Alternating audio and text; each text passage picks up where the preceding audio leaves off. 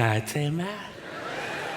Ich bin der Gianfranco und ich bin der Cousin von Bräutigam. Ich spiele am Morgen etwas auf dem Alphora. Ich spiele jetzt seit 3 Jahren Alphora. Und vor einem Jahr habe ich gemerkt, dass man blasen und nicht saugen muss.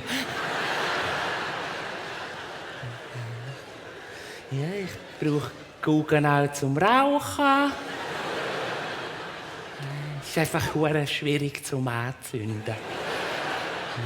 Ich habe zu kurze Ärmel. Ja. So, vorwärts machen, Gianfranco, vorwärts. Wir kommen schön vorwärts im Ablaufplan. Entschuldigung, Ja. geschwind. Was? Habe ich Sie vorher nicht dahinter gesehen, aber ein bisschen kleiner, ein bisschen breiter und vielleicht ein mühes, schöneres Gesicht.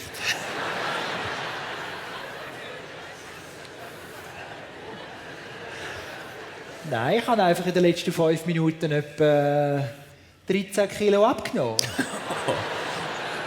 Ja, touché. So, hallo, sind wir eigentlich da zum Plaudern oder zum Blasen? Also, Entschuldigung! Entschuldigung, ich bin so ein Trulla. Also, los jetzt. Wir gehen weiter im Entschuldigung, Was? ich habe noch einen selber gemachten Kuchen mitgebracht. Wo kann ich den herstellen? Das ist lieb, das ist herzig, Gianfranco, aber bist ein bisschen spät. Gell? Den Kuchen kannst du rauchen im Fall. Ja, das stimmt. Das ist ein ganz blödes Geschwätz, das wir hier führen. Ich würde sagen, wir dürfen nicht mehr länger Zeit verplempern. Gell? Ich würde sagen, du leist mal los da mit deiner Holztrompete. Ja, ist gut. Und ab bitte.